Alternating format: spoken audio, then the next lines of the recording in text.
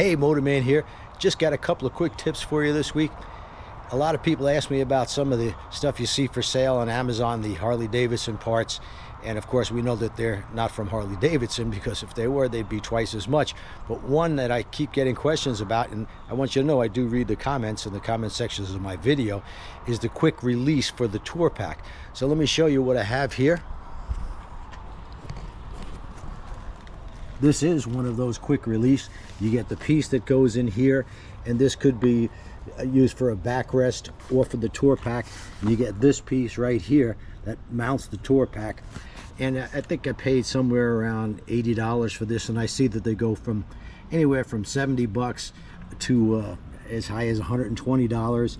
And if you go to Harley, it's going to cost you at least twice as much, and it works just fine. It works as well as the Harley. They call it quick release, but it is a little fiddly.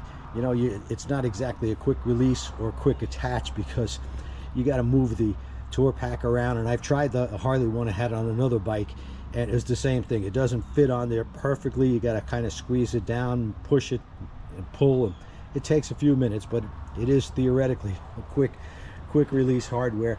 And you know, this stuff like this that I've tried on Amazon, I found no different from what you get from Harley Davidson, and I'm sure both the parts are made in Taiwan or China or someplace else. So there's tip number one. And here's another one. I just got this question the other day, and a guy asked me, he said he had a Honda VTX 1300, and he wanted to know where he could get crash bars or highway bars front and rear for his bike before he starts to practice. Well, on these older, especially the metric bikes, you could forget getting rear crash bars. In fact, getting rear crash bars for like models like this, the Sportster, or some of the others, they're just not available from anybody. So if you can't get rear crash guards, you can try this.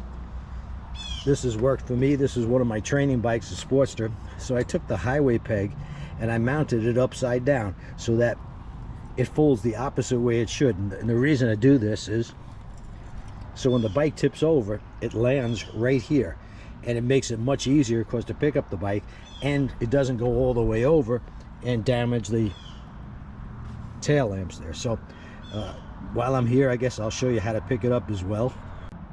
So as you can see, that highway peg is going to keep the bike from falling all the way over and damaging the mirror or the rear tail lights. So this works pretty well. How well it will work on a bigger bike, yeah, you want to make sure you get the shortest arm possible, because if you get a long arm on these highway pegs, it tends to probably bend them because it'll be too much force. So now I'll show you how to pick it up the easy way. All right, first you want to grab it, pull it to full lock, make sure the bike is in gear, and make sure you don't pull in the clutch as you attempt to lift the bike. Grab it any place you want in the back, walk,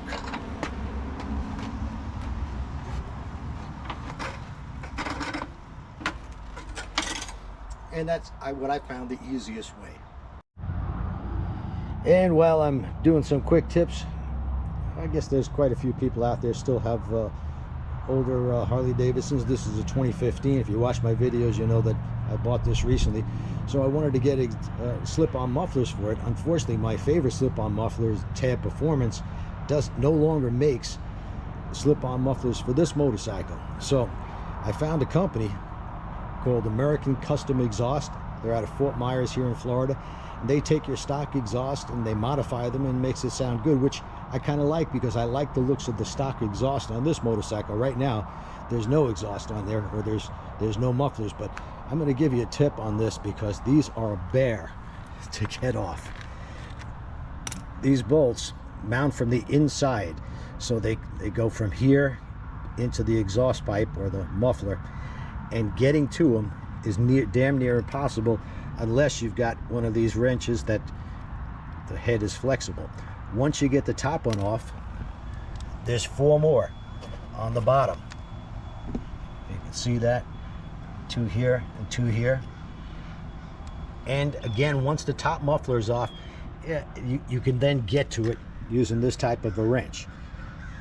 And I know that when I get the mufflers back, if these don't line up perfectly, either the 2 here or the 4 on the bottom, it's going to be really difficult to get that bolt back in.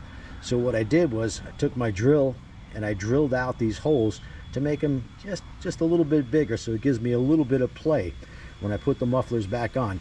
And when I do get them back on, which should be next week, I'm going to show you what they sound like and what they look like. And like I said, it's a good tip. You get them off, regardless of what kind of mufflers you get, because on these older bikes, it's very different. You don't have much of a choice. And I believe this is going to be the same way on many Softails pre-2017. The newer Softails, it's a breeze to get the mufflers on and off. But ream out these holes just a little bit with a drill bit. Same thing on the bottom, and you'll have a little bit of play back and forth to line that bolt up. And it's going to be fiddly. It's going to take you a while, but that's just the way it is. Hope this helps. Hope you enjoyed this. And leave something in the comment section what you'd like to see. Till next time.